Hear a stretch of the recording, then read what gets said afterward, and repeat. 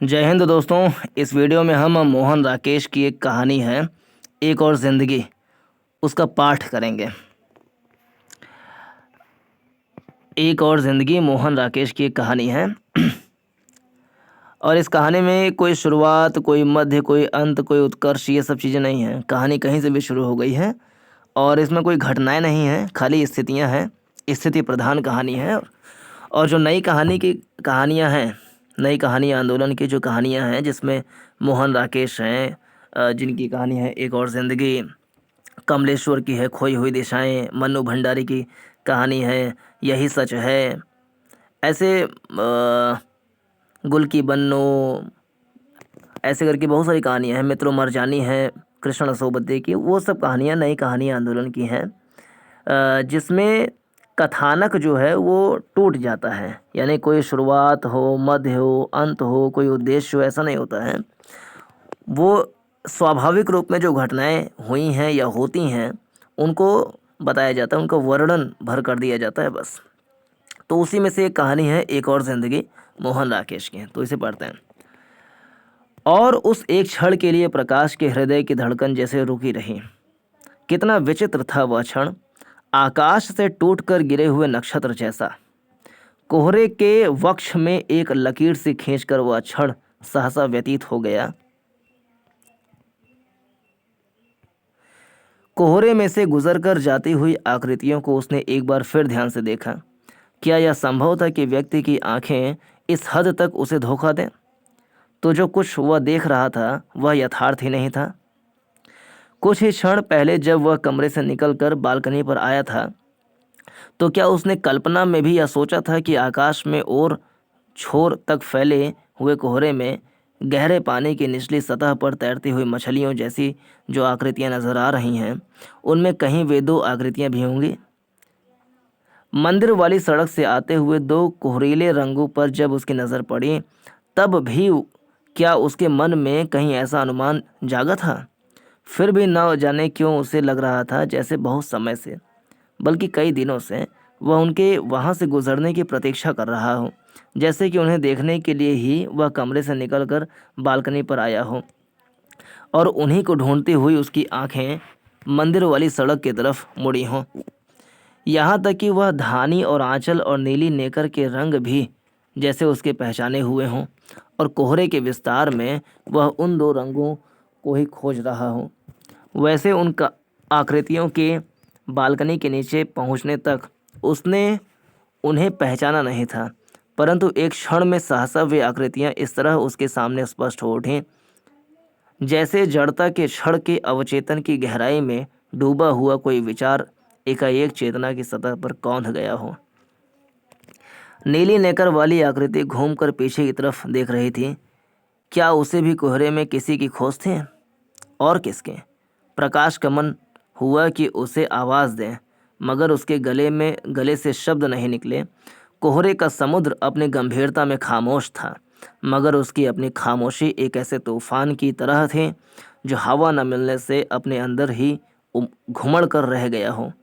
नहीं तो क्या वह इतना ही असमर्थ था कि उसके गले से एक शब्द भी न निकल सके? वह बालकनी से हटकर कमरे में आ गया। वहाँ अपने अस्त व्यस्त सामान पर नज़र पड़ी तो शरीर में निराशा की एक सिरहन दौड़ गई। क्या यही वह जिंदगी थी जिसके लिए उसने? परंतु उसे लगा कि उसके पास कुछ भी सोचने के लिए समय नहीं है। उसने जल्दी जल्दी कुछ चीज़ों को उठाया और रख दिए, और जैसे कि कोई चीज़ ढूंढ रहा हो जो उसे मिल न रही हो। अचानक खूंटी पर लटकती पतलून पर नज़र पड़ी तो उसने पजामा उतार कर जल्दी से उसे पहन लिया। फिर पल भर खोया सा खड़ा रहा। उसे समझ नहीं आ रहा था कि वह क्या चाहता है। क्या वह उन दोनों के पीछे जाना चाहता था, या बालकनी पर खड़ा होकर पहले की तरह उन्हें देखते रहना चाहता था? अचानक उसका हाथ मेज़ पर रखे ताले पर पड़ गया तो उसने उसे उठा लिया। जल्दी से दरवाज़ा बंद करके वह जीने से उतरने लगा। जीने पर आकर ध्यान आया कि जूता नहीं पहना। वह पल भर ठिठक कर खड़ा रहा, मगर लौट कर नहीं गया। नीचे सड़क पर पहुंचते ही पांव कीचड़ में लथपथ हो गए। दूर देखा, वे दोनों आकृतियां घोड़ों के अड्डे के पास पहुंच चुकी थीं। वह जल्दी जल्दी चलने लगा। पास से गुजरते हुए घोड़े वाले से उसने कहा कि आगे जाकर नीली नेकर वाले बच्चे को रोक लें, उससे कहे कि कोई उससे मिलने के लिए आ रहा है। घोड़े वाला घोड़ा दौड़ाता हुआ गया, मगर उन दोनों के पास न रुककर उनसे आगे निकल गया। वहां जाकर न जाने किसे उसने उसका संदेश दे दिया। जल्दी जल्दी चलते हुए भी प्रकाश को लग रहा था जैसे वह बहुत आहिस्ता चल रहा हो, जैसे उसके घुटने जकड़ गए हों और रास्ता बहुत बहुत लंबा हो गया हो। उसका मन इस आशंका से बेचैन था कि उसके पास पहुंचने तक वे लोग घोड़ों पर सवार होकर वहां से चल न दें, और जिस दूरी को वह नापना चाहता था वह ज्यों की त्यों न बनी रहे। मगर ज्यों-ज्यों फासला कम हो रहा था, उसका कम होना भी उसे अखर रहा था। क्या वह जानबूझकर अपने को एक ऐसी स्थिति में नहीं डाल रहा था जिससे उसे अपने को बचाए रखना चाहिए था? उन लोगों ने घोड़े नहीं लिए थे। वह जब उनसे 3-4 गज दूर रह गया तो सहसा उसके पांव रुक गए। तो क्या सचमुच अब उसे उस स्थिति का सामना करना ही था? पाशी, इससे पहले कि वह निश्चय कर पाता, अनायास उसके मुंह से निकल गया। यानी पाशी बोला प्रकाश ने। बच्ची की बड़ी बड़ी आंखें उसकी तरफ घूम गईं, साथ ही उसकी माँ की आंखें भी। कोहरे में अचानक कई कई बिजलियां कौंध गईं। प्रकाश 2-1 कदम और आगे बढ़ गया। बच्चा हैरान आंखों से उसकी तरफ देखता हुआ पानी अपनी माँ के साथ सट गया। पलाश, इधर आ मेरे पास, प्रकाश ने हाथ से चुटकी बजाते हुए कहा, जैसे कि यह हर रोज़ की साधारण घटना हो और बच्चा अभी कुछ मिनट पहले ही उसके पास से अपनी माँ के पास गया हो। बच्चे ने माँ की तरफ देखा। वह अपनी आंखें हटाकर दूसरी तरफ देख रही थी। बच्चा अब और भी उसके साथ सट गया और उसकी आंखें हैरानी के साथ साथ एक शरारत से चमक उठीं। प्रकाश को खड़े खड़े उलझन हो रही थी। लग रहा था कि खुद चलकर उस दूरी को नापने के सिवा अब कोई चारा नहीं है। वह लंबे लंबे डग भरकर बच्चे के पास पहुंचा और उसने अपनी बाहों में उठा लिया। बच्चे ने एक बार किलक कर उसके हाथों से छूटने की चेष्टा की, परंतु दूसरे ही क्षण अपनी छोटी छोटी बाहें उसके गले में डालकर वह उससे लिपट गया। प्रकाश उसे लिए हुए थोड़ा एक तरफ को हट आया। तूने पापा को पहचाना नहीं था क्या? पहचाना था। बच्चा बाहें उसके गले में डाले झूलने लगा। तो तू झट से पापा के पास आया क्यों नहीं? नहीं आया, कहकर बच्चे ने उसे चूम लिया। तू आज ही यहाँ आया है? नहीं, कल आया था। अभी रहेगा या आज ही लौट जाएगा? अभी 3-4 दिन लहूँगा। तो पापा के पास मिलने आएगा ना? आऊँगा। प्रकाश ने एक बार उसे अच्छी तरह अपने साथ सटाकर चूम लिया तो बच्चा किलक कर उसके माथे, आंखों और गालों की जगह जगह चूमने लगा। कैसा बच्चा है? पास खड़े एक कश्मीरी मजदूर ने सिर हिलाते हुए कहा। कैसा बच्चा है? पास खड़े हुए एक कश्मीरी मजदूर ने सिर हिलाते हुए कहा। तुम कहाँ लेते हो? बच्चा बाहें उसी तरह उसकी गर्दन में डाले जैसे उसे अच्छी तरह देखने के लिए थोड़ा पीछे को हट गया। वहाँ, प्रकाश ने दूर अपनी बालकनी की तरफ इशारा किया। तू कब तक वहाँ आएगा? अभी ऊपर जातल दूध पीऊँगा, उसके बाद तुम्हारे पास आऊँगा। बच्चे ने अब अपनी माँ की तरफ देखा और उसकी बाहों से निकलने के लिए मचलने लगा। मैं वहाँ बालकनी में कुर्सी डालकर बैठा रहूँगा और तेरा इंतज़ार करूँगा। बच्चा बाहों से उधर अपनी माँ की तरफ भाग गया तो प्रकाश ने पीछे से कहा। क्षण भर के लिए उसकी आंखें बच्चे की माँ से मिल गईं, परंतु अगले ही क्षण दोनों दूसरी तरफ देखने लगे। बच्चा जाकर माँ की टांगों से लिपट गया। वह कोहरे के पार देवदारों की धुंधली रेखाओं को देखती हुई बोली, तुझे दूध पीकर आज खिलन मर्ग नहीं चलना है? नहीं, बच्चे ने उसकी टांगों के सारे उछलते हुए सपाट जवाब दिया। मैं दूध पीतल पापा ते पास जाऊंगा।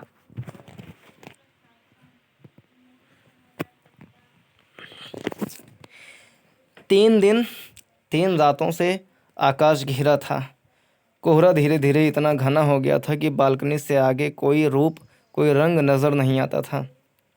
आकाश की पारदर्शिता पर जैसे गाढ़ा सफ़ेदा पोता दिया गया था। ज्यों-ज्यों वक्त बीत रहा था, कोहरा और घना होता जा रहा था।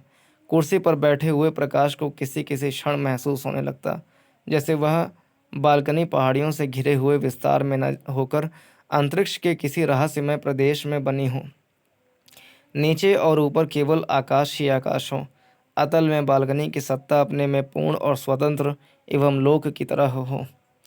उसकी आंखें इस तरह एकाएक सामने देख रही थीं, जैसे आकाश और कोहरे में उसे कोई अर्थ ढूंढना हो, अपनी बालकनी के वहाँ होने का रहस्य जानना हो। कोहरे के बादल कई कई रूप लेकर हवा में इधर उधर भटक रहे थे। अपनी गहराई में फैलते हुए सिमटते हुए वे अपनी थाह नहीं पा रहे थे। बीच में कहीं कहीं देवदारों की फुनगियाँ एक हरी लकीर की तरह बाहर निकली थीं, कोहरीले आकाश पर लिखी गई एक अनिश्चित सी लिपि जैसी। देखते देखते वह लकीर भी गुम हुई जा रही थी। कोहरे का उफान उसे भी रहने देना नहीं चाहता था। लकीर को मिटते देखकर प्रकाश के स्नायुओं में एक तनाव सा भर रहा था, जैसे किसी भी तरह वह उस लकीर को मिटने से बचा लेना चाहती हो। परंतु जब लकीर एक बार मिटकर फिर कोहरे से बाहर नहीं निकली, तो उसने सिर पीछे की को डाल लिया और खुद भी कोहरे में कोहरा होकर पड़ा रहा। अतीत के कोहरे में कहीं वह दिन भी था जो 4 साल में अब तक बीत नहीं सका था। बच्चे की पहली वर्षगांठ थी उस दिन। वही उनके जीवन की भी सबसे बड़ी गांठ बन गई थी। ब्याह के कुछ महीने बाद से ही पति पत्नी अलग रहने लगे थे। ब्याह के साथ जो सूत्र जुड़ना चाहिए था वह जुड़ नहीं सका। दोनों अलग अलग जगह काम करते थे और अपना अपना स्वतंत्र ताना बाना बुनकर जी रहे थे। लोकाचार के नाते साल 6 महीने में कभी एक बार मिल लिया करते थे। वह लोकाचार ही इस बच्चे को दुनिया में ले आया था। बीना समझाती थी कि इस तरह जानबूझकर उसे फंसा दिया गया है। प्रकाश सोचता था कि अनजाने में ही उससे एक कसूर हो गया है। साल भर बच्चा माँ के ही पास रहा था। बीच में बच्चे की दादी 6-7 महीने उसके पास रह आई थी। पहली वर्षगांठ पर बीना ने लिखा था कि वह बच्चे को लेकर अपने पिता के पास लखनऊ जा रही है। वहीं पर बच्चे के जन्मदिन की पार्टी देगी। प्रकाश ने उसे ताड़ दिया था कि वह भी उस दिन लखनऊ आएगा, अपने एक मित्र के यहाँ हजरतगंज में ठहरेगा। अच्छा होगा कि पार्टी वहीं दी जाए। लखनऊ के कुछ मित्रों को भी उसने सूचित कर दिया था कि बच्चे की वर्षगांठ के अवसर पर वे उसके साथ चाय पीने के लिए आएं। उसने सोचा था कि बीना उसे स्टेशन पर मिल जाएगी, परंतु वह नहीं मिली। हजरतगंज पहुंचकर नहा धो चुकने के बाद उसने बीना के पास संदेश भेजा कि वह वहां पहुंच गया है। कुछ लोग 4:30-5 बजे चाय पीने आएंगे, इससे पहले वह बच्चे को लेकर ज़रूर वहां आ जाए। मगर 5 बजे, 6 बजे, 7 बज गए, बीना बच्चे को लेकर नहीं आई। दूसरी बार संदेश भेजने पर पता चला कि वहां उन लोगों की पार्टी चल रही है। बीना ने कहला भेजा कि बच्चा 8 बजे तक खाली नहीं होगा, इसलिए वह अभी उसे लेकर नहीं आ सकती। प्रकाश ने अपने मित्रों को चाय पिलाकर विदा कर दिया। बच्चे के लिए खरीदे हुए उपहार बीना के पिता के यहाँ भेज दिए। साथ में यह संदेश भेजा कि बच्चा जब भी खाली हो उसे थोड़ी देर के लिए उसके पास ले आया जाए। मगर 8 के बाद 9 बजे, 10 बजे, 11 बज गए, पर बीना न तो खुद बच्चे को लेकर आई और न ही उसने किसी और के साथ भेजा। वह रात भर सोया नहीं। उसके दिमाग की जैसे कोई छेनी से छीलता रहा। सुबह उसने फिर बीना के पास संदेश भेजा। इस बार बीना बच्चे को लेकर आ गई। उसने बताया कि रात को पार्टी देर तक चलती रही, इसलिए उसका आना संभव नहीं हुआ। अगर सचमुच उसे बच्चे से प्यार था तो उसे चाहिए था कि उपहार लेकर खुद उनके यहाँ पार्टी में चला आता। उस दिन सुबह से शुरू हुई बातचीत आधी रात तक चलती रही। प्रकाश बार बार कहता रहा, बीना, मैं इसका पिता हूँ, उस नाते मुझे इतना अधिकार तो है ही कि मैं उसे अपने पास बुला सकूं। परंतु बीना का उत्तर था, आपके पास पिता का दिल होता तो आप पार्टी में ना आते। यह तो एक आकस्मिक घटना ही है कि आप इसके पिता हैं। बीना, वह फटी फटी आंखों से उसके चेहरे की तरफ देखता रह गया। मैं नहीं समझ पा रहा कि दरअसल चाहती क्या हूँ। मैं कुछ भी नहीं चाहती। आपसे मैं क्या चाहूँगी? तुमने सोचा है कि तुम्हारे इस तरह व्यवहार करने से बच्चे का क्या होगा? जब हम अपने ही बारे में कुछ नहीं सोच सके तो इसके बारे में क्या सोचेंगे? क्या तुम पसंद करोगी कि बच्चे को मुझे सौंप दो और खुद स्वतंत्र हो जाओ? इसे आपको सौंप दूं? बीना के स्वर में वितृष्णा गहरी हो गई। किस चीज़ के भरोसे? कल की आपकी ज़िंदगी क्या होगी यह कौन कह सकता है? बच्चे को उस अनिश्चित ज़िंदगी के भरोसे छोड़ दूं? इतनी मूर्ख मैं नहीं हूँ। तो क्या तुम यही चाहोगी कि इसका फैसला करने के लिए अदालत में जाया जाए? आप अदालत में जाना चाहें तो मुझे कोई एतराज़ नहीं है। ज़रूरत पड़ने पर मैं सुप्रीम कोर्ट तक आपसे लड़ूंगी। आपका बच्चा पर कोई हक नहीं है। बच्चे को पिता से ज़्यादा माँ की ज़रूरत होती है। कई दिन कई सप्ताह वह मन ही मन संघर्ष करता रहा। जहाँ उसे दोनों न मिल सकें वहाँ माँ तो उसे मिलनी ही चाहिए। अच्छा है, मैं बच्चे की बात भूल जाऊं और नए सिरे से अपनी ज़िंदगी शुरू करने की कोशिश करूं। मगर फ़िजूल की भावुकता में कुछ नहीं रखा है। बच्चे बच्चे अच्छे तो होते ही रहते हैं। संबंध विच्छेद करके फिर से ब्याह कर लिए जाए तो घर में और बच्चे हो जाएंगे। मन में इतना ही सोच लेना होगा कि इस बच्चे के साथ कोई दुर्घटना हो गई थी।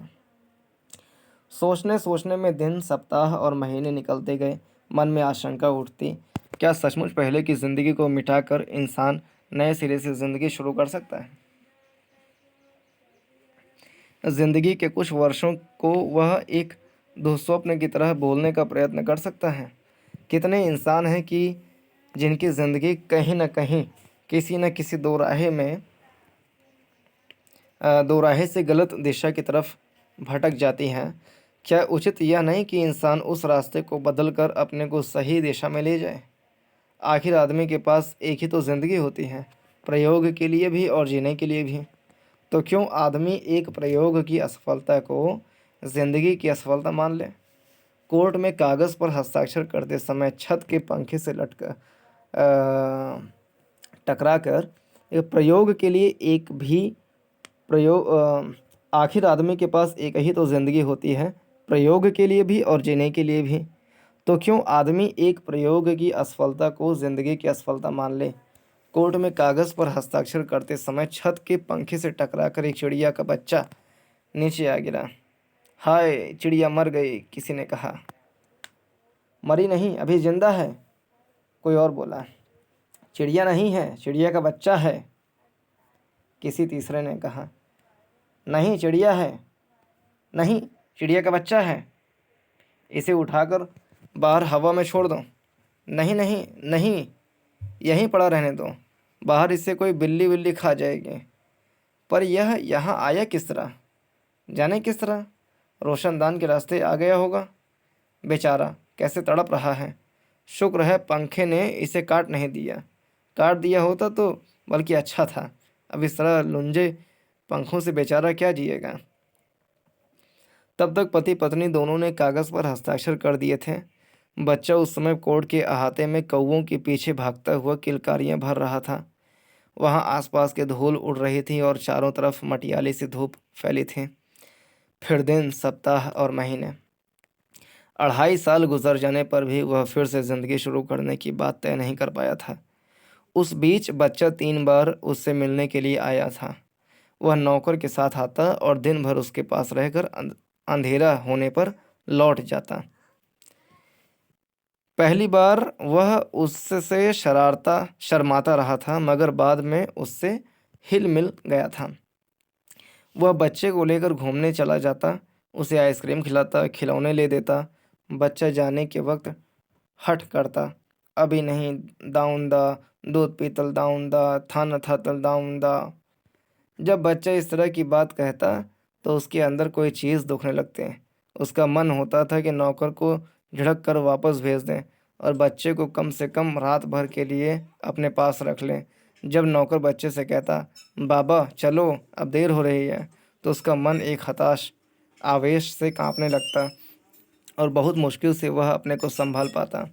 आखिरी बार बच्चा रात के 9 बजे तक रुका रह गया तो एक अपरिचित व्यक्ति उसे लेने के लिए चला आया। बच्चा उस समय उसकी गोदी में बैठा खाना खा रहा था। देखिए, अब बच्चे को भेज दीजिए, इसे बहुत देर हो गई है, उस अजनबी ने कहा। आप देख रहे हैं, बच्चा खाना खा रहा है। उसका मन हुआ कि मुक्का मारकर उस आदमी के दांत तोड़ दें। हाँ हाँ, आप खाना खिला दीजिए, अजनबी ने उदारता के साथ कहा। मैं नीचे इंतज़ार कर रहा हूँ। गुस्से के मारे उसके हाथ इस तरह कांपने लगे कि उसके लिए बच्चे को खाना खिलाना असंभव हो गया। जब नौकर बच्चे को लेकर चला गया तो उसने देखा कि बच्चे की टोपी वहीं रह गई। वह टोपी लिए हुए दौड़कर नीचे पहुंचा तो देखा कि नौकर और अजनबी के अलावा बच्चे के साथ कोई और भी है, उसकी माँ। वे लोग 40-50 गज आगे चल रहे थे। उसने नौकर को आवाज़ दी तो चारों ने मुड़कर एक साथ उसकी तरफ देखा। फिर नौकर टोपी लेने के लिए लौट आया और शेष तीनों आगे चलने लगे। उस रात कंबल में मुंह सिर लपेटकर वह देर तक रोता रहा। तब नए सिरे से फिर वही सवाल उसके मन में उठने लगा, क्यों वह अपने को इस अतीत से पूरी तरह मुक्त नहीं कर लेता। अगर बसा हुआ घर बार हो तो उसकी चहल पहल में वह इस दुख को भूल नहीं जाएगा। उसने अपने को इसीलिए तो बच्चे से अलग किया था कि अपनी ज़िंदगी को एक नया मोड़ दे सके। फिर इस तरह अकेली ज़िंदगी जीकर वह यह यंत्रणा किस लिए सह रहा है। परंतु नए सिरे से ज़िंदगी शुरू करने की कल्पना में सदा एक आशंका मिली रहती थी। वह जितनी उस आशंका से लड़ता था वह उतनी ही और तीव्र हो उठती थी। जब उसका एक प्रयोग सफल नहीं हुआ तो कैसे कहा जा सकता था कि दूसरा प्रयोग सफल होगा। वह पहले की भूल दोहराना नहीं चाहता था, इसलिए उसकी आशंका ने उसे बहुत सतर्क कर दिया था। वह जिस किसी लड़की को अपनी भावी पत्नी के रूप में देखता, उसके चेहरे में उसे अपने पहले जीवन की छाया नजर आने लगती। हालांकि वह स्पष्ट रूप से इस विषय में कुछ भी सोच नहीं पाता था, फिर भी उसे लगता था कि वह किसी ऐसी ही लड़की के साथ जीवन बिता सकता है जो हर लिहाज से बीना के उलट हो। बीना में बहुत अहंकार था। वह उसके बराबर पढ़ी लिखी थी, उससे ज़्यादा कमाती थी, उसे अपनी स्वतंत्रता का बहुत मान था और उस पर भारी पड़ती थी। बातचीत भी वह खुले मर्दाना ढंग से करते थे। वह अब एक ऐसी लड़की चाहता था जो लिहाज से उस पर निर्भर करे और जिसकी कमजोरियां एक पुरुष के आश्रय की अपेक्षा रखती हों। कुछ ऐसी ही लड़की थी निर्मला, उसके मित्र कृष्ण जुनेजा की बहन। 2 बार उसने उस लड़की को जुनेजा के यहाँ देखा था। बहुत सीधी सी लड़की थी, साधारण पढ़ी लिखी थी और साधारण ढंग से ही रहती थी। 26-27 की होकर भी देखने में 18-19 से ज़्यादा की नहीं लगती थी। वह जुनेजा के घर की कठिनाइयों को जानता था। उन कठिनाइयों के कारण ही शायद इतनी उम्र तक उस लड़की की शादी नहीं हो सकी थी। जब निर्मला के साथ उसके ब्याह की बात उठाई गई तो उसे सचमुच लगा कि उसकी ज़िंदगी अब सही पटरी पर आ जाएगी। बात तय हो जाने के बाद उसे अपना अपना आप काफ़ी भरा भरा सा लगने लगा। हवा और आकाश में उसे एक और ही आकर्षण लगने लगा।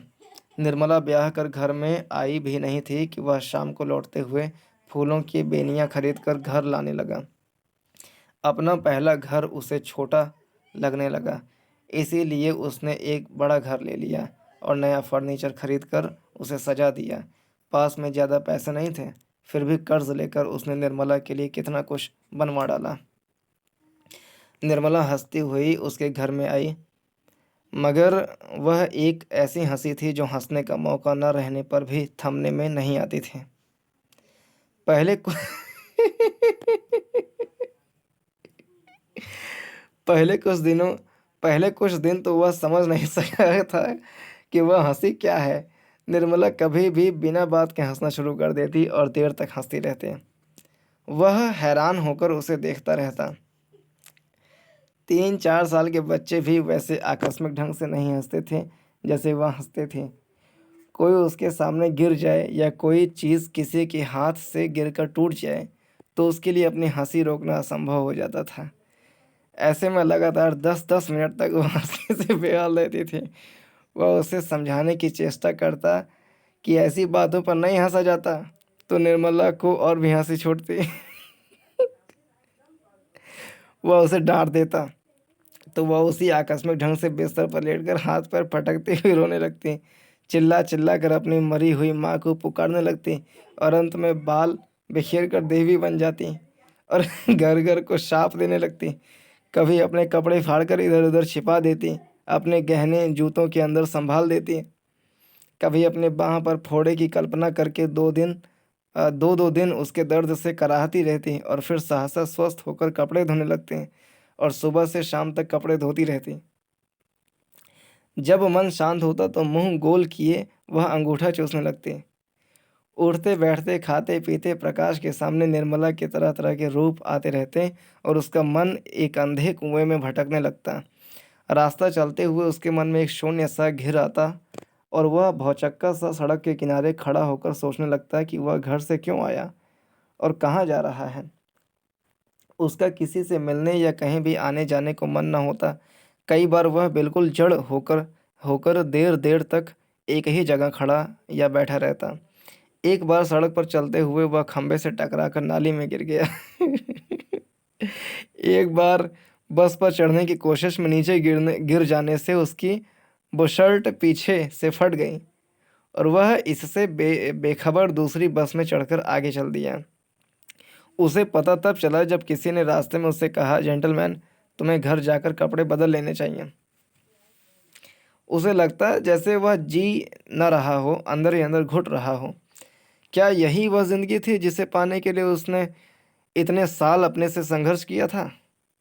उसे गुस्सा आता कि जुनेजा के उसके साथ ऐसा क्यों किया। उस लड़की को मानसिक अस्पताल में भेजने की जगह उसका ब्याह क्यों कर दिया। उसने जुनेजा को इस संबंध में पत्र लिखे, परंतु उसकी ओर से कोई उत्तर नहीं मिला। उसने जुनेजा को बुला भेजा तो वह आया भी नहीं। वह स्वयं जुनेजा से मिलने गया तो जवाब मिला कि निर्मला अब उसकी पत्नी है। ओहो हो। देखो, उसके मायके के लोगों का उनकी ज़िंदगी में कोई दखल नहीं है और निर्मला रात दिन घर में उसी तरह हंसती और रोती रहती। तुम मेरे भाई से क्या पूछने गए थे? वह बाल बिखेर कर देवी का रूप धारण किए हुए कहती। तुम मीना की तरह मुझे भी तलाक देना चाहते हो, किसी तीसरी को घर में लाना चाहते हो, मगर मैं बीना नहीं हूँ। वह सती स्त्री नहीं थी, मैं सती स्त्री हूँ। तुम मुझे छोड़ने की बात मन में लाओगे तो मैं इस घर को जलाकर भस्म कर दूंगी, सारे शहर में भूचाल ले आऊंगी। लाऊं भूचाल?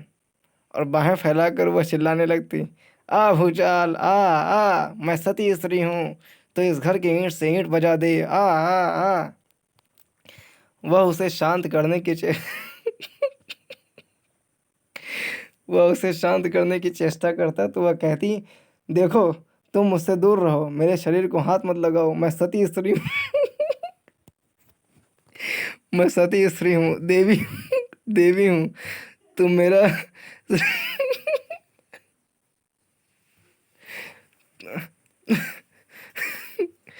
तुम मेरा सती तुम मेरा सतीत्व नष्ट करना चाहते हो, मुझे मुझे खराब करना चाहते हो। मेरा तुमसे ब्याह कब हुआ है? मैं तो अभी कंवारी हूँ, छोटी सी बच्ची हूँ। संसार का कोई भी पुरुष मुझे नहीं छू सकता। मैं आध्यात्म मैं आध्यात्मिक मैं आध्यात्मिक मैं आध्यात्मिक जीवन जीती हूँ। मुझे कोई छू कर देखे तो। और बाल बिखरे हुए इसी तरह बोलती चिल्लाती। कभी वह घर की छत पर पहुंच जाती, कभी बाहर निकलकर घर के आसपास चक्कर काटने लगती। उसने दो एक बार होठों पर हाथ रखकर निर्मला का मुंह बंद करना चाहा तो वह और भी जोर से चिल्लाने लगी। तुम मेरा मुंह बंद करना चाहते हो, मेरा गला घोटना चाहते हो, मुझे मारना चाहते हो? तुम्हें पता है मैं देवी हूँ। मेरे चारों भाई चार शेर हैं, वे तुम्हें नोच नोच कर खा जाएंगे। उन्हें पता है उसकी बहन देवी है, कोई मेरा बुरा चाहेगा तो वे उसे उठाकर ले जाएंगे और काल कोठरी में बंद कर देंगे। मेरे बड़े भाई ने अभी अभी नई कार ली है, मैं उसे चिट्ठी लिख दूँ तो वह भी कार लेकर आ जाएगा और हाथ पैर बांध कर तुम्हें कार में डालकर ले जाएगा। 6 महीने बंद रखेगा, फिर छोड़ेगा। तुम्हें पता नहीं है वे चारों चारों शेर कितने जालिम हैं। वे राक्षस हैं, राक्षस। आदमी की बोटी बोटी काट दें और किसी को पता भी ना चले। मगर मैं उन्हें नहीं बुलाऊंगी। मैं सती स्त्री हूँ, इसलिए अपने सत्य से ही अपनी रक्षा करूंगी। सब कोशिशों से हार कर वह थका हुआ अपने पढ़ने के कमरे में बंद होकर पड़ जाता। तो भी आधी रात तक वह साथ के कमरे में उसी तरह बोलती रहती। फिर बोलते बोलते अचानक चुप कर जाती और थोड़ी देर बाद उसका दरवाज़ा खटखटाने लगती। क्या बात है? वह कहता।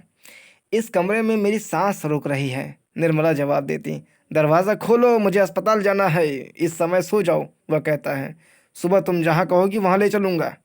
मैं कहता हूँ दरवाज़ा खोलो, मुझे अस्पताल जाना है, और वह ज़ोर ज़ोर से धक्के देकर दरवाज़ा तोड़ने लगते हैं।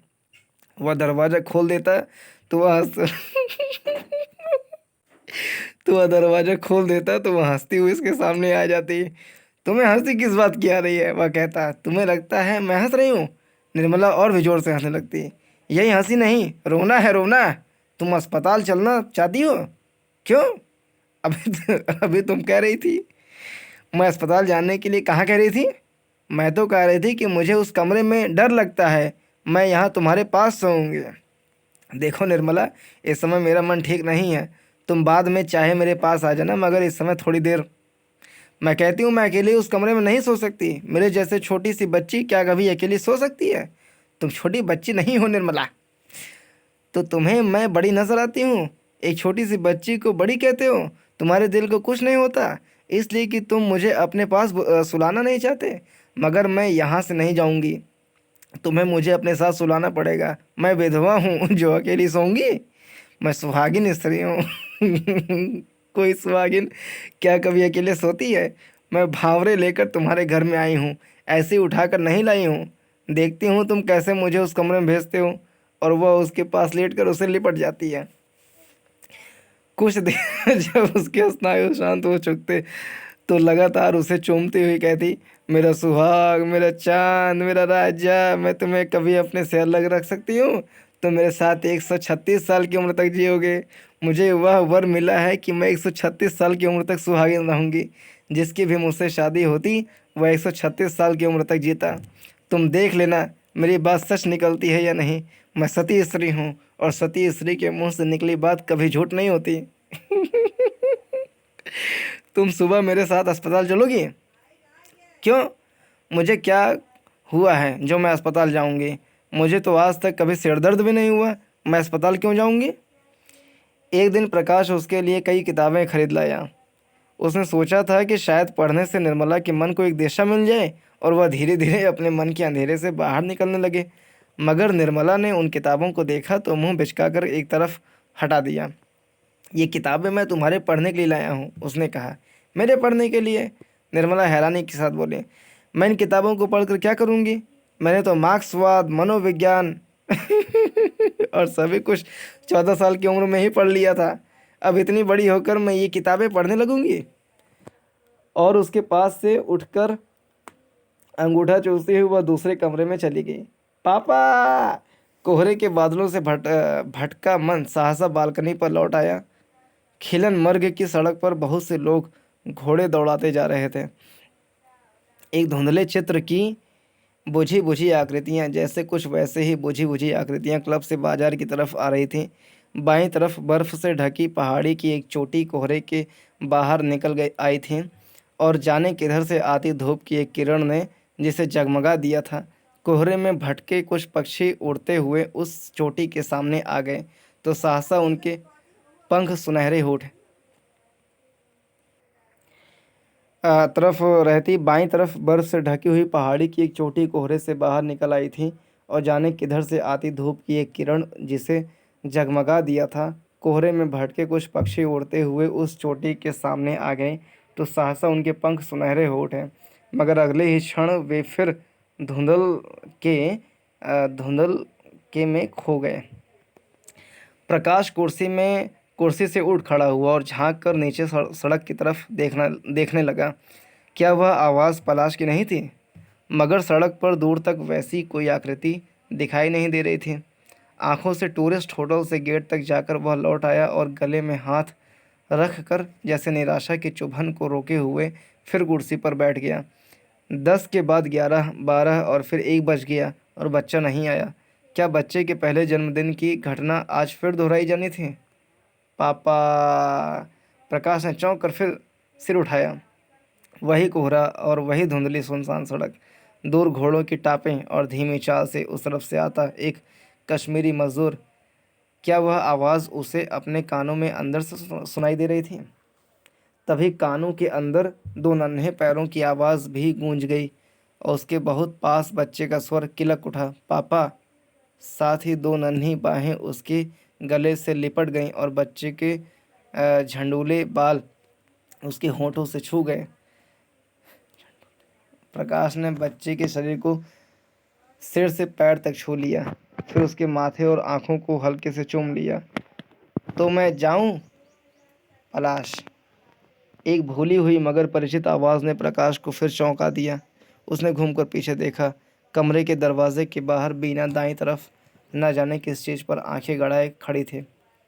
आप अंदर आ जाइए आप, कहता हुआ वह बच्चे को बाहों में लिए अस्त व्यस्त सा कुर्सी से उठ खड़ा हुआ। नहीं, मैं जा रही हूँ। बीना ने फिर भी उसकी तरफ नहीं देखा। मुझे इतना बता दीजिए कि बच्चा कब तक लौट कर आएगा? आप जब कहें तभी भेज दूंगी। प्रकाश बालकनी की दहलीज लांघ कर कमरे में आ गया। 4 बजे इसे दूध पीना होता है, तो 4 बजे तक मैं इसे वहाँ पहुँचा दूंगा। इसने हल्का सा स्वेटर ही पहन रखा है, दूसरे पुलोवर की ज़रूरत तो नहीं पड़ेगी। आप दे दीजिए, ज़रूरत पड़ेगी तो मैं इसे पहना दूंगा। बीना ने दहलीज के उस तरफ से पुलोवर उसकी तरफ बढ़ा दिया। उसने पुलोवर लेकर उसे शॉल की तरह बच्चों को उड़ा दिया। आप, उसने बीना से फिर कहना चाहा कि अंदर आ जाए, मगर उससे कहा नहीं गया। बीना चुपचाप जीने की तरफ चल दी। प्रकाश कमरे से निकल आया। जीने से बीना ने कहा, देखिए इसे आइसक्रीम वगैरह मत खिलाइएगा, इसका गला बहुत ख़राब हो जाता है। अच्छा। बीना पल भर रुकी रही, शायद उससे और भी कुछ कहना था, मगर फिर बिना कुछ कहे नीचे उतर गई। बच्चा प्रकाश की बाहों में उछलता हुआ हाथ हिलाता रहा। मम्मी टाटा टाटा। प्रकाश उसे लिए बालकनी पर लौट आया तो वह उसके गले में बाहें डालकर बोला, पापा मैं आइसक्रीम जरूर खाऊंगा। हाँ बेटे, हाँ हाँ बेटे। प्रकाश उसकी पीठ पर हाथ फेरने लगा। जो तेरे मन में आए सो खाना। और कुछ देर वह अपने को, बालकनी को और यहाँ तक कि बच्चे को भी भूला हुआ सामने कोहरे में देखता रहा। कोहरे का पर्दा धीरे धीरे उठने लगा तो मीलों तक फैले हरियाली के रंगमंच की धुंधली रेखाएं स्पष्ट हो गईं। वे दोनों ग्राउंड पार करके क्लब की तरफ जा रहे थे। चलते चलते बच्चे ने पूछा, पापा आदमी के 2 टांगें क्यों होती हैं, 4 क्यों नहीं होती? प्रकाश ने चौंक कर उसकी तरफ देखा और कहा, अरे क्यों पापा? बच्चा बोला, तुमने अरे क्यों कहा? तो इतना साफ बोल सकता है?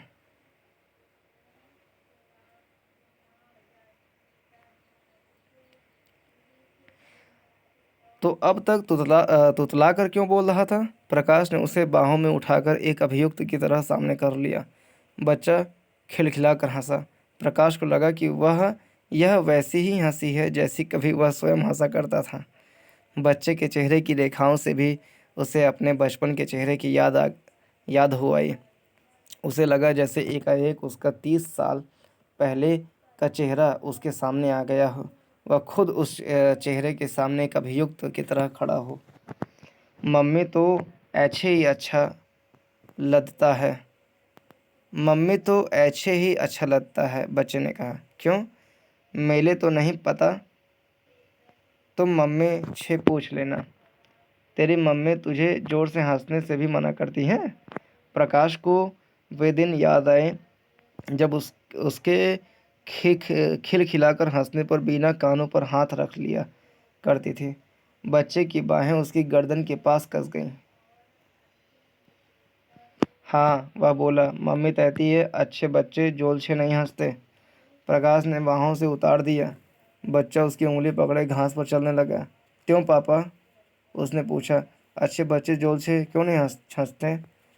हंसते हैं बेटा, प्रकाश ने उसके सिर को सहलाते हुए कहा। सब अच्छे बच्चे जोर से हंसते हैं। तो मम्मी मेले तो क्यों नहीं लोटते हैं? अब वह तुझे नहीं रोकेगी और तू तुतला कर नहीं ठीक से बोला कर। तेरी मम्मी तुझे इसके लिए भी मना नहीं करेगी। मैं उससे ये कह दूंगा। तो तुमने पहले मम्मी से क्यों नहीं कह दिया? नहीं कहा? ऐसे नहीं कहा कि तुमने पहले मम्मी से क्यों नहीं कहा। बच्चा फिर हंस दिया। तो तुमने पहले मम्मी से क्यों नहीं कहा? पहले मुझे याद नहीं रहा, अब याद से कह दूंगा। कुछ देर दोनों चुपचाप रहते। फिर बच्चे ने पूछा, पापा तुम मेरे जन्मदिन की पार्टी में क्यों नहीं आए? मम्मी कहती थी तुम विलायत गए हुए थे। हाँ, मैं विलायत गया हुआ था। तो पापा अब तुम विलायत नहीं जाना? क्यों?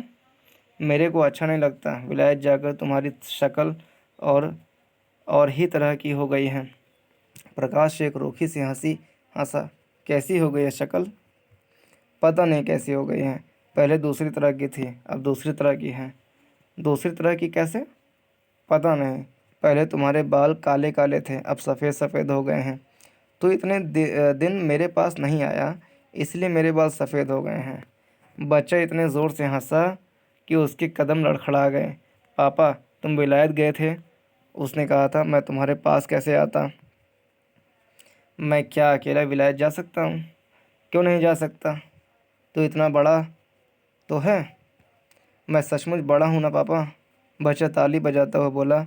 तुम यह बात भी मम्मी से कह देना। वह कहती है मैं अभी बहुत छोटा हूँ।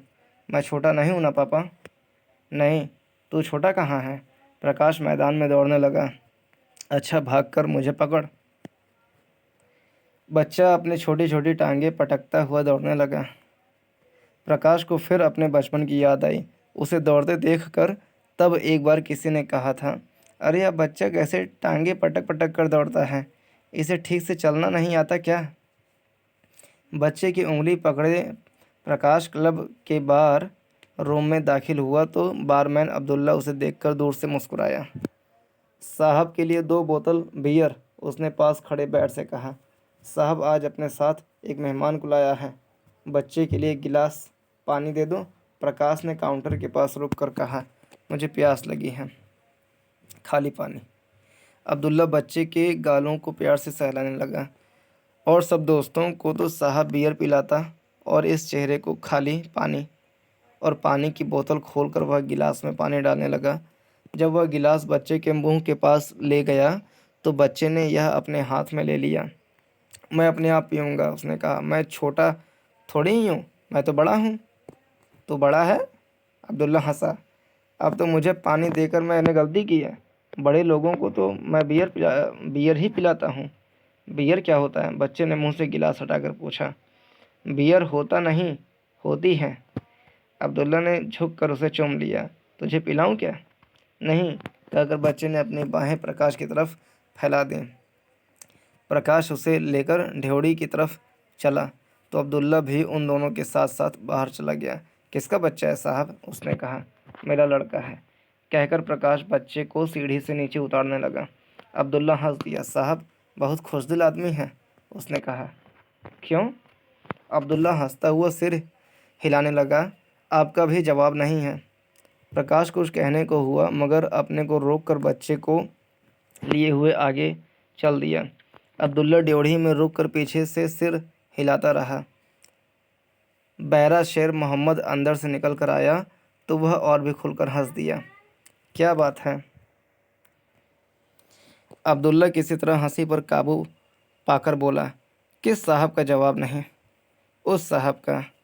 अब्दुल्ला ने प्रकाश की तरफ इशारा किया। उस दिन बोलता था कि इसने इसी साल शादी की है और आज बोलता है कि यह 5 साल का बाबा इसका लड़का है।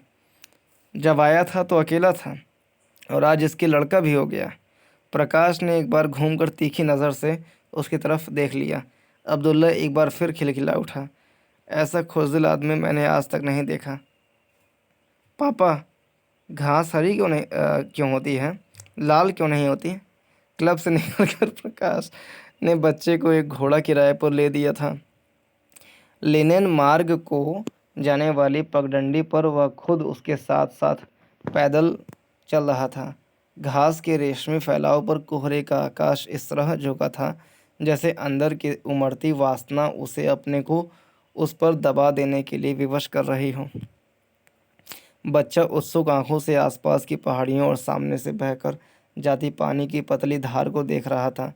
कभी कुछ क्षण वह अपने को भूला रहता, फिर अपने अंदर के किसी भाव से प्रेरित होकर काठी पर उछलने लगता। हर चीज़ का अपना रंग होता है, प्रकाश ने बच्चे की जांघ को हाथ से दबाए हुए कहा और कुछ देर खुद भी हरियाली के फैलाव में खोया रहा। हर चीज़ का अपना रंग क्यों होता है? क्योंकि कुदरत ने हर चीज़ का अपना रंग बना दिया है। कुदरत क्या होती है? प्रकाश ने झुककर उसकी जांघ को चूम लिया। कुदरत यह होती है, उसने कहा। जांघ पर गुदगुदी होने से बच्चा भी हंसने लगा। तुम झूठ बोलते हो, उसने कहा। क्यों? तुमको इसका पता ही नहीं है। अच्छा, तो तू बता, घास का रंग हरा क्यों होता है? घास मिट्टी के अंदर से पैदा होती है, इसलिए इसका रंग हरा होता है। अच्छा, तुझे इसका पता कैसे चला गया? बच्चा उछलता हुआ लगाम को झटकने लगा। मेरे को मम्मी ने बताया था। प्रकाश के होठों पर एक विकृत सी मुस्कुराहट आ गई। उसे लगा जैसे आज भी उसके और बीना के बीच एक द्वंद्व चल रहा हो और बीना उस द्वंद्व में उस पर भारी पड़ने की चेष्टा कर रही हो। तेरी मम्मी ने तुझे और क्या क्या बता रखा है? वह बोला। यह भी बता रखा है कि आदमी के दो टांगें क्यों होती हैं और चार क्यों नहीं। हाँ, मम्मी कहती थी कि आदमी के दो टांगें इसलिए होती हैं कि वह आधा ज़मीन पर चलता है, आधा आसमान में। अच्छा। प्रकाश के होठों पर हंसी और मन में उदासी की एक रेखा फैल गई। मुझे इसका पता नहीं था। तुमको तो किसी बात का भी पता नहीं पापा, बच्चा बोला। इतने बड़े होकर भी पता नहीं है। घास, बर्फ और आकाश के रंग दिन में कई बार बदल जाते हैं। बदलते रंगों के साथ मन भी और होने लगता है। सुबह उठते ही प्रकाश बच्चे के आने की प्रतीक्षा करने लगता। बार बार वह बालकनी पर जाता और टूरिस्ट होटल की तरफ देखता हुआ देर देर तक वहाँ खड़ा रहता। नाश्ता या खाना खाने जाने के लिए भी वह वहाँ से नहीं हटना चाहता था। आ, उसे डर था कि बच्चा इस बीच वहाँ आकर लौट न जाए। 3 दिन में उसे साथ लिए वह कितनी ही बार घूमने के लिए गया था। उसके घोड़े के पीछे पीछे दौड़ा था और उसके साथ घास पर लौटता रहा था। बच्चा जानबूझकर रास्ते की कीचड़ में अपने पाँव लथपथ कर लेता और होंठ बिसूर कर कहता, पापा, पाँव धो दो। वह उसे उठाए इधर उधर पानी ढूंढता फिरता। बच्चे को वह जिस किसी कोण से देखता उसी कोण से उसकी तस्वीर ले लेना चाहता। जब बच्चा थक जाता और लौट कर अपनी मम्मी के पास जाने का हठ करने लगता तो वह उसे तरह तरह के लालच देकर अपने पास रोक रखना चाहता। एक बार उसने बच्चे को अपनी माँ के साथ दूर से आते देखा तो उतरकर नीचे चला गया। जब वह पास पहुंचा तो बच्चा दौड़कर उसकी तरफ आने की जगह माँ की तरफ फोटोग्राफर की दुकान के अंदर चला गया। वह कुछ देर सड़क पर रुका रहा, फिर यह सोचकर ऊपर चला गया कि फोटोग्राफर की दुकान से निकलकर बच्चा अपने आप ऊपर आ जाएगा। मगर बालकनी पर खड़े खड़े उसने देखा कि बच्चा दुकान से निकलकर उस तरफ आने की बजाय हट के साथ अपनी माँ का हाथ खींचता हुआ उसे वापस टूरिस्ट होटल की तरफ ले जा रहा है। उसका मन हुआ कि फिर नीचे जाकर बच्चे को अपने साथ ले आए, मगर कोई चीज़ उसके पैरों को रोके रही और वह वहीं खड़ा उसे देखता रहा। शाम तक न जाने कितनी बार वह बालकनी पर आया और कितनी कितनी देर वहाँ खड़ा रहा। आखिर उससे नहीं रहा गया तो उसने नीचे जाकर कुछ चेरी खरीदी और बच्चे को देने के बहाने टूरिस्ट होटल की तरफ चल दिया। अभी वह टूरिस्ट होटल से कुछ फासले पर ही था कि बच्चा अपनी माँ के साथ बाहर आता दिखाई दिया, मगर उस पर नज़र पड़ते ही वह वापस होटल की गैलरी में भाग गया। प्रकाश जहाँ था वहीं खड़ा रहा। पल भर के लिए उसकी आंख बीना से मिली। उसे लगा कि बीना का चेहरा पहले से कुछ सांवला हो गया है और उसकी आंखों के नीचे स्याह दायरे उभर आए हैं। वह पहले से काफ़ी दुबली भी लग रही थी। कुछ पल रुके रहने के बाद प्रकाश आगे बढ़ गया और चेरी वाला लिफाफा बीना की तरफ बढ़ाकर खुश्क गले से खोला। यह मैं बच्चे के लिए लाया हूँ। बीना ने लिफाफा ले लिया, मगर लेते हुए उसकी आंखें दूसरी तरफ मुड़ गईं। पलाश, उसने कुछ अस्थिर आवाज़ में बच्चे को पुकारा। यह ले, पापा तेरे लिए चेरी लाए हैं। मैं नहीं लेता, बच्चे ने गैलरी से कहा और भागकर और भी दूर चला गया। बीना ने एक असहाय नज़र बच्चे पर डाली और प्रकाश की तरफ देखकर बोली, कहता है मैं पापा से नहीं बोलूँगा। वे सुबह रुके क्यों नहीं, चले क्यों गए? प्रकाश बीना को उत्तर न देकर गैलरी में चला गया और कुछ दूर बच्चे का पीछा करके उसने उसे बाहों में उठा लिया। प्रकाश बीना को उत्तर न देकर गैलरी में चला गया और कुछ दूर बच्चे का पीछा करके उसने उसे बाहों में उठा लिया। मैं तुमसे नहीं बोलूँगा, कभी नहीं बोलूँगा। बच्चा अपने को छुड़ाने की चेष्टा करता रहा। ऐसी बात क्या है? प्रकाश उसे पुचकारने की चेष्टा करने लगा। पापा से इस तरह नाराज़ होते हैं क्या? तुमने मेरी तस्वीर क्यों नहीं देखी? कहाँ थी तेरी तस्वीर? मुझे तो पता ही नहीं था। पता क्यों नहीं था? तुम दुकान के बाहर से ही क्यों चले गए थे? अच्छा ला, पहले तेरी तस्वीर देखें, फिर घूमने चलेंगे। यह सुबह आपको दिखाने के लिए ही तस्वीर लेने गया था, बीना के साथ खड़ी एक युवा स्त्री ने कहा। प्रकाश ने ध्यान नहीं दिया था कि उसके साथ कोई और भी है। तस्वीरें मेरे पास थोड़ी हैं थोड़ी ही न हैं, उसी के पास हैं। सुबह फोटोग्राफर ने नेगेटिव दिखाए थे, पॉजिटिव वह अब इस वक्त देगा, उसी स्त्री ने फिर कहा। तो चल पहले दुकान पर चलकर तेरी तस्वीरें ले लें, देखे तो सही तस्वीरें हैं। कैसी तस्वीरें हैं? मैं मम्मी को साथ लेकर जाऊंगा, बच्चे ने उसकी बाहों में मचलते हुए कहा।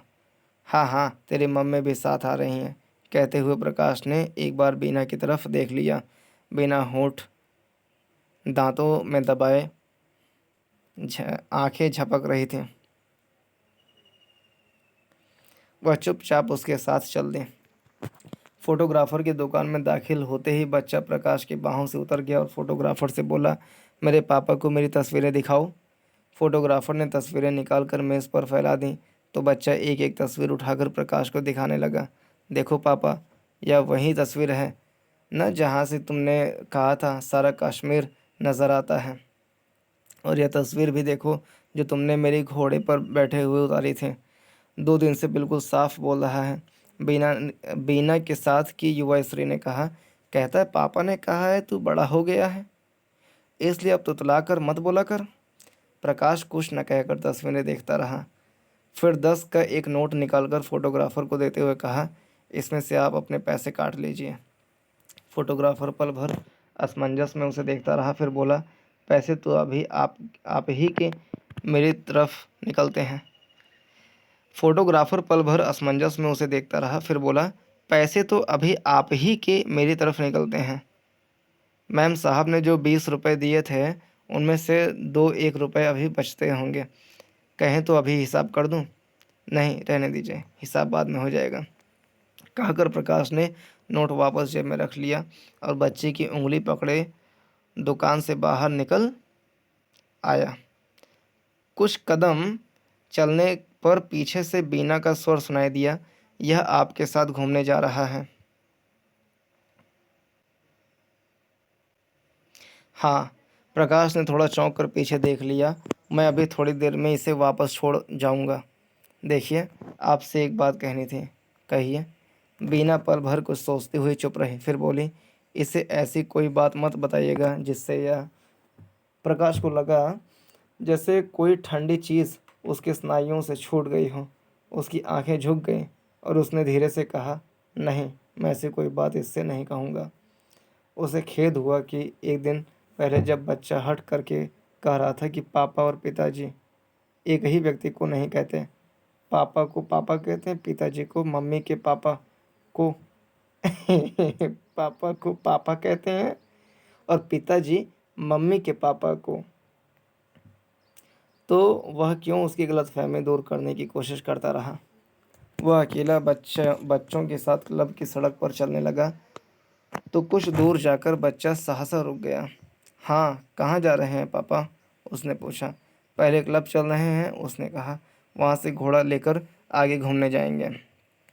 नहीं, मैं वहाँ उस आदमी के पास नहीं जाऊँगा, कहकर बच्चा सहसा पीछे की तरफ चल दिया। किस आदमी के पास? वह जो वहाँ क्लब में था। मैं उसके हाथ से पानी भी नहीं पीऊँगा। क्यों? मुझे वो आदमी अच्छा नहीं लगता।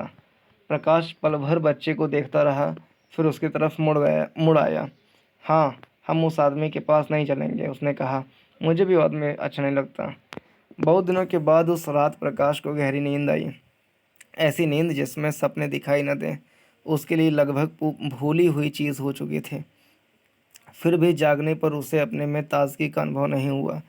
अनुभव हुआ एक खालीपन का, जैसे कोई चीज़ उसके अंदर उफनती रही हो, जो गहरी नींद से लेने से चूक गई हो। रोज़ की तरह उठकर वह बालकनी पर गया। देखा आकाश साफ है। रात को सोया था तो बारिश हो रही थी, मगर उस धुले निखरे आकाश को देखकर आभास तक नहीं रहा होता था कि कभी वहाँ बादल भी घिरे रहते थे। सामने की पहाड़ियाँ सुबह की धूप में धुलकर उजली हो उठी थीं। प्रकाश काफ़ी देर वहाँ खड़ा रहा, अपनी ताजगी में एक जड़ता का अनुभव करता हुआ। फिर दूर उठते बादल की तरह कोई चीज़ उसे अपने में उमड़ती महसूस होने लगी और उसका मन एक दबी सी आशंका से सिहर गया। कहीं ऐसा तो नहीं कि वह बालकनी से हट गया। पिछली शाम बच्चे ने उसे बताया था कि उसकी मम्मी कह रही थी कि दिन साफ हुआ तो वे लोग सुबह वहाँ से चले जाएंगे। रात को जैसी बारिश हो रही थी, उससे सुबह तक आसमान खोलने की कोई संभावना नहीं लगती थी। इसलिए सोते वक्त वह इस तरफ से लगभग निश्चिंत था। मगर रात रात में आसमान का रूप बदल गया था। तो क्या सचमुच आज वे लोग वहाँ से चले जाएंगे? उसने कमरे में बिखरे सामान को देखा। कुछ इन्हीं गिनी चीज़ें थीं। चाहा कि उन्हें सहेज दें, मगर किसी भी चीज़ को रखने उठाने को मन नहीं हुआ। बिस्तर को देखा, उसमें रोज से बहुत कम सलवटें थीं। लगा जैसे रात की गहरी नींद के लिए वह बिस्तर ही दोषी हो, और गहरी नींद बरसते आकाश के साफ हो जाने के लिए। धीरे धीरे दोपहर की तरफ बढ़ने लगी। इससे उसके मन को कुछ सहारा मिला। वह चाह रहा था कि इसी तरह शाम हो जाए और फिर रात, और बच्चा उससे विदा ना लेने आए। मगर जब दोपहर भी ढलने लगी और बच्चा नहीं आया, तो उसके मन में एक और आशंका सिर उठाने लगी। कहीं ऐसा तो नहीं कि उसकी मम्मी सुबह सुबह ही उसे लेकर वहाँ से चली गई हूँ। वह बार बार बालकनी पर जाता, एक धड़कती आशा किए।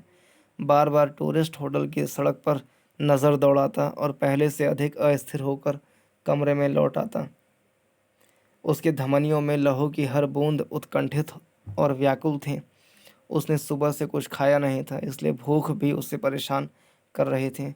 कुछ देर बाद कमरा बंद करके वह खाना खाने चला गया।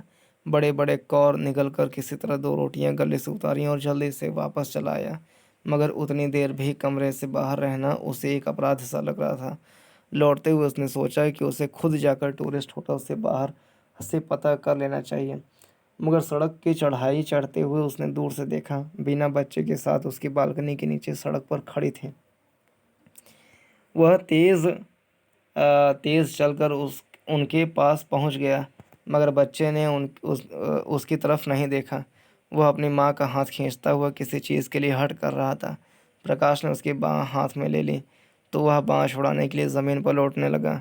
मैं तुम्हारे घर नहीं जाऊँगा, उसने लगभग चीख कर कहा। प्रकाश अचकचा गया और उसकी बाँह छोड़कर जड़ सा खड़ा रहा। मुझसे नाराज़ है क्या? उसने बिना दोनों में से किसी की तरफ देखे पूछ लिया। मम्मी, मेरे साथ ऊपर क्यों नहीं चलती? बच्चा उसी तरह चिल्लाया। प्रकाश और बीना की आंखें मिलने को हुईं, मगर पूरी तरह नहीं मिल पाईं। प्रकाश ने बच्चे की बाँह फिर हाथ में ले ली और तटस्थ स्वर में बीना से कहा, आप भी आइए ना, आ जाइए ना। इसे आज जाने क्या हुआ? बीना कुछ झुंझलाहट के साथ बोली, सुबह से बात बात पर तंग कर रहा है। इस वक्त यह अकेला मेरे साथ ऊपर नहीं जाएगा। प्रकाश ने स्वर की तटस्थता अब भी बनाए रखी। चल, मैं तुझे जीने तक पहुंचा देती हूँ। बीना उसे उत्तर न देकर बच्चे से बोली, ऊपर से जल्दी लौट आना, घोड़े वाले उधर तैयार खड़े हैं। प्रकाश को मन में एक नश्तर सा चुभता महसूस हुआ, मगर जल्दी ही उसने अपने को संभाल लिया। आप लोग आज आप लोग आज ही जा रहे हैं? उसने चेष्टा की कि शब्दों से उसके मन का भाव प्रकट न हो। जी हाँ, बीना दूसरी तरफ देखती रही। जाना तो सुबह ही था, मगर इसके हट की वजह से इतनी देर हो गई। अब भी यह और बात बीच में ही छोड़कर उसने बच्चे से फिर कहा, चल तुझे जीने तक पहुंचा दूं। बच्चा प्रकाश के हाथ से बाँह छुड़ाकर कुछ दूर भाग गया। मैं नहीं जाऊंगा, उसने कहा। अच्छा आ, बिना बोली, मैं तुझे ऊपर पहुंचा देती हूँ उस दिन की तरह। मैं नहीं जाऊंगा। और बच्चा कुछ कदम और दूर चला गया। आप क्यों नहीं जाती? यह इस तरह अपना हठ नहीं छोड़ेगा, प्रकाश ने होंठ काटते हुए कहा। बीना ने आंख झपकने तक उसकी तरफ देख लिया।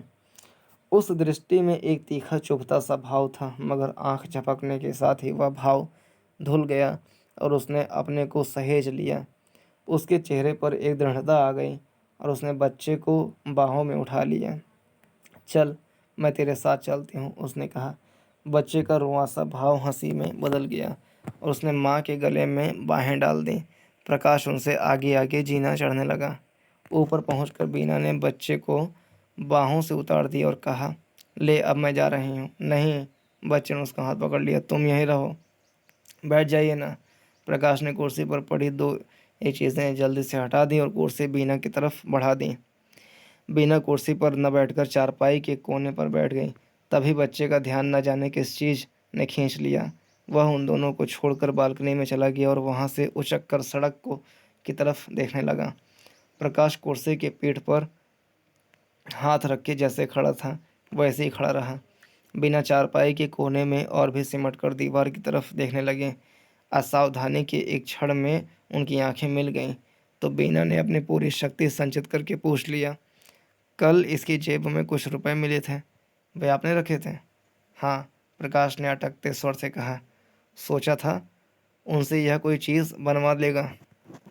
बिना पल भर चुप रही, फिर बोली, क्या चीज़ बनवानी होगी? कोई भी चीज़, कोई अच्छा सा ओवरकोट या।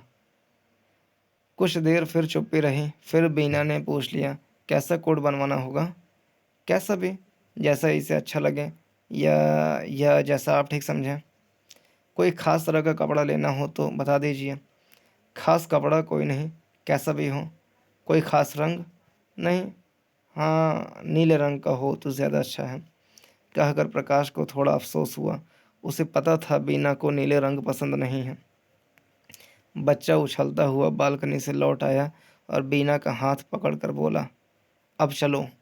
पापा से प्यार तो किया नहीं और आते ही चल भी दिया। प्रकाश ने उसे बाहों में ले लिया। बच्चे ने उसके होंठों से होंठ मिलाकर एक बार अच्छी तरह उसे चूम लिया और फिर झट से उसकी बाहों से निकलकर माँ से बोला, अब चलो। बिना चारपाई से उठ खड़ी हुई। बच्चा उसका हाथ पकड़कर उसे बाहर की तरफ खींचने लगा। तलो ना मम्मी, देर हो रही है। वह फिर तुतलाने लगा और बीना को साथ खींचता हुआ दहलीज पार कर गया। तो जाकर पापा को चिट्ठी लिखेगा ना? प्रकाश ने पीछे से आवाज़ दी। लिखूंगा। मगर उसने पीछे मुड़कर कहीं नहीं देखा। पीछे मुड़कर देखा एक बार बीना ने और जल्दी से आंखें हटा ली। आंखों की कोरों में अटके आंसू उसने बहने नहीं दिए। तूने पापा को टाटा नहीं किया? उसने बच्चे के कंधे पर हाथ रखे हुए कहा। टाटा पापा। बच्चे ने बिना पीछे की तरफ देखे हाथ हिलाया और जीने से बिना उतरने लगी।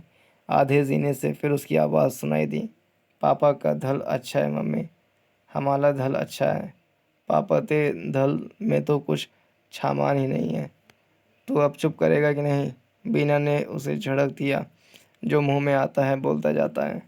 नहीं तुप तलूंगा, नहीं तलूंगा तुप। बच्चे का स्वर फिर रुआंसा हो गया और वह तेज तेज नीचे उतरने लगा। पापा का धल धंधा, पापा का धल थू। रात होते होते आकाश फिर घिर गया। प्रकाश क्लब की बाथरूम में बैठा एक के बाद एक बियर की बोतलें खाली करता रहा। बारमैन अब्दुल्ला लोगों के लिए रम और विस्की के पेग ढालता हुआ बार बार कनखियों से उसकी तरफ देख लेता। इतने दिनों में पहली बार वह प्रकाश को इस तरह पीते देख रहा था। लगता है आज साहब ने कहीं से बड़ा माल मारा है, उसने एक आध बार शेर मोहम्मद से कहा। आगे कभी वह बोतल से ज़्यादा नहीं पीता था और आज 4 बोतल बोलते पीकर भी बस करने का नाम नहीं ले रहा। शेर मोहम्मद ने सिर्फ मुंह बिचका लिया और अपने काम में लगा रहा। प्रकाश की आंखें अब्दुल्ला से मिलीं तो अब्दुल्ला मुस्कुरा दिया। प्रकाश को क्षण इस तरह उसे देखता रहा जैसे वह आदमी नौकर एक धुंधला सा साया हो और सामने का गिलास परे सरका कर उठ खड़ा हुआ। काउंटर के पास जाकर उसने 10-10 के नोट अब्दुल्ला के सामने रख दिए। अब्दुल्ला बाकी पैसे गिनता हुआ खुशामदी स्वर में बोला, आज साहब बहुत खुश नज़र आते हैं। हाँ। प्रकाश इस तरह उसे देखता रहा जैसे उसके सामने से वह साया धुंधला होकर बादलों के में गुम हुआ जा रहा हो। वह चलने को हुआ तो अब्दुल्ला ने पहले सलाम किया, फिर आहिस्ता से पूछ लिया, क्यों साहब, वह कौन बच्चा था उस दिन आपके साथ? किसका लड़का है वह? प्रकाश को लगा जैसे साया अब बिल्कुल गुम हो गया हो और सामने सिर्फ बादल ही बादल घिरा रह गया हो। उसने जैसे बादल को चीर कर देखने की चेष्टा करते हुए, कौन लड़का? अब्दुल्ला पल भर भौचक्का सा हो रहा, फिर खिलखिलाकर हंस पड़ा। तब तो मैंने शेर मोहम्मद से ठीक ही कहा था, वह बोला। क्या? कि साहब तबीयत का बादशाह है, जब चाहे किसी के लड़के को अपना लड़का बना ले और जब चाहे यहाँ गुलमर्ग में यह सब चलता है। आप जैसा हमारा एक और साहब है। प्रकाश को लगा कि बादल बीच से फट गया है और चीलों की कई पंक्तियां उस दर्रे में से होकर दूर उड़ी जा रही हैं। वह चाह रहा है कि दर्रा किसी तरह भर जाए जिससे वे पंक्तियां आँखों से ओझल हो जाएं, मगर दर्रे का मुहाना धीरे धीरे बड़ा होता जा रहा है। उसके गले से एक अस्पष्ट सी आवाज़ निकली और वह अब्दुल्ला की तरफ से आंखें हटाकर वहाँ से चल दिया। बस एक बाजी और। अपनी आवाज़ की गूंज प्रकाश को स्वयं अस्वाभाविक से लगी। उसके साथियों ने हल्का से विरोध किया, मगर पत्ते एक बार फिर बंटने लगे। कार्ड रूम तब तक लगभग खाली हो चुका था। कुछ देर पहले तक वहाँ काफ़ी चहल पहल थी। कई कई नाजुक हाथों से पत्तों की नाजुक चालें चली जा रही थीं और तिपाइयों पर शीशे के नाजुक गिलास रखे उठाए जा रहे थे। मगर अब आसपास चार चार खाली कुर्सियों से घिरी चौकोर मेज़ें ही रह गई थीं, जो बहुत अकेली और उदास लग रही थीं। पॉलिश की चमक के बावजूद उनमें एक वीरानगी उभर आई थी। दीवार में बुखारी की आग कब की ठंडी पड़ चुकी थी। जाली के उस तरफ कुछ बुझे अजबुझे अंगारे रह गए थे, सर्दी से ठिठुर कर स्याह पड़ते और राख में गुम होते हुए। उसने पत्ते उठा लिए। हर बार की तरह इस बार भी सब बेमेल पत्ते थे। ऐसी बाजी कि आदमी चुपचाप फेंक कर अलग हो जाए, मगर उसी के जोर देने से पत्ते बंटे थे, इसलिए वह उन्हें फेंक नहीं सकता था। उसने नीचे से पत्ता उठाया तो वह और भी बेमेल था। हाथ से कोई भी पत्ता चलकर वह उन पत्तों का मेल बिठाने की कोशिश करने लगा। बाहर मूसलाधार बारिश हो रही थी, पिछली रात की बारिश से भी तेज़। खिड़की के शीशों से टकराती बूंदें एक चुनौती लिए आती, मगर बेबस होकर नीचे ढुलक जाती। उन्हें देखकर लगता जैसे कई चेहरे खिड़की के साथ सटकर लगातार आंसू बहा रहे हों। किसी क्षण हवा से किवाड़ हिल जाते तो वे चेहरे जैसे हिचकियां लेने लगते। हिचकियां बंद होने पर गुस्से से घूरने लगते।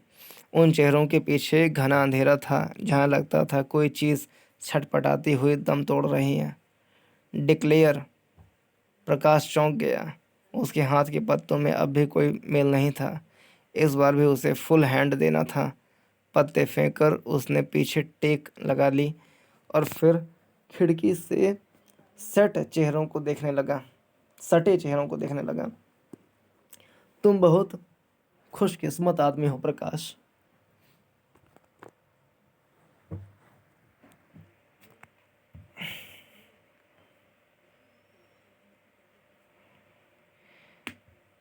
हमें सबसे खुशकिस्मत तुम ही हो। प्रकाश की आंखें खिड़की से हट आईं।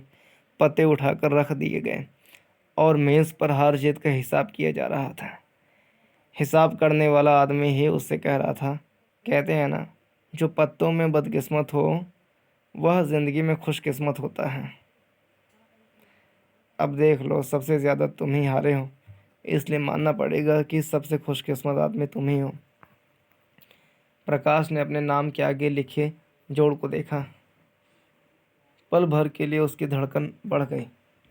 जेब में उतने पैसे हैं भी या नहीं। उसने पूरी जेब खाली कर ली। लगभग हारी हुई रकम के बराबर ही पैसे थे। रकम अदा कर देने के बाद दो एक छोटे सिक्के ही उसके पास बच रहे और उनके साथ वह अंतर्देशीय पत्र जो शाम की डाक से आया था और जिसे जेब में रखकर वह क्लब चला आया था। पत्र निर्मला का था जो उसने अब तक खोलकर पढ़ा नहीं था।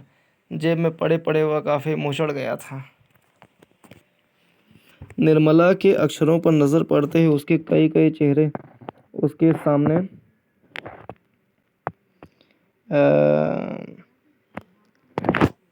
उसके किनारे कितने चेहरे देख रहा था। उसके खोलकर पढ़ा नहीं था। जेब में पड़े पड़े वह काफ़ी मुचड़ गया था। निर्मला के अक्षरों पर नज़र पड़ते ही उसके कई कई चेहरे उसके सामने उभरने लगे। उसके हाथ का एक एक अक्षर जैसे एक एक चेहरा हो। घर से चलने के दिन भी वह उसके कितने कितने चेहरे देखकर आया था। एक चेहरा हंस रहा था, एक रो रहा था, एक बाल खोले ज़ोर ज़ोर से चिल्ला रहा था और धमकियां दे रहा था, और एक भूखी आंखों से उसके शरीर को निगलना चाह रहा था। उसने अपनी ज़रूरत का कुछ सामान साथ लाना चाहा था तो एक चेहरा उसके साथ कुश्ती करने पर उतारू हो गया था।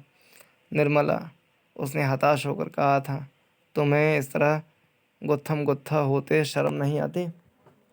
क्यों? निर्मला हंस दी थी। मर्द और औरत रात दिन गुत्थम गुत्था नहीं होते क्या? वह दिन एक कमीज़ एक साथ लिए घर से निकल आया था। बनियाने, तौलिए, कमीज़ें सब कुछ उसने आते हुए रास्ते में ख़रीदा था। यह सोचने के लिए वह नहीं रुका था कि उसके पास जो 4-5 रुपए हैं वे इस तरह कितने दिन चलेंगे। बिछाने ओढ़ने का सारा सामान भी उसने वहीं से किराए पर लिया था।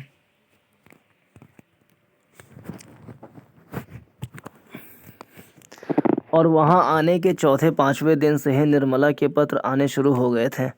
वह उसके किसी मित्र के यहाँ जाकर उसका पता ले आई थी। उन मित्रों में भी निर्मला के सब चेहरे झलक जाते थे। वह सख्त बीमार है और अस्पताल जा रही है। उसके भाई पुलिस में खबर करने जा रहे हैं कि उनका बहनोई लापता हो गया है। वह रात दिन बेचैन रहती है और दीवारों से पूछती रहती है कि उसका पति कहाँ है। वह जोगन का वेश धारण करके जंगलों में जा रही है। 2 दिन के अंदर अंदर पत्र का उत्तर ना आया तो उसके भाई उसे हवाई जहाज़ में वहाँ भेज देंगे।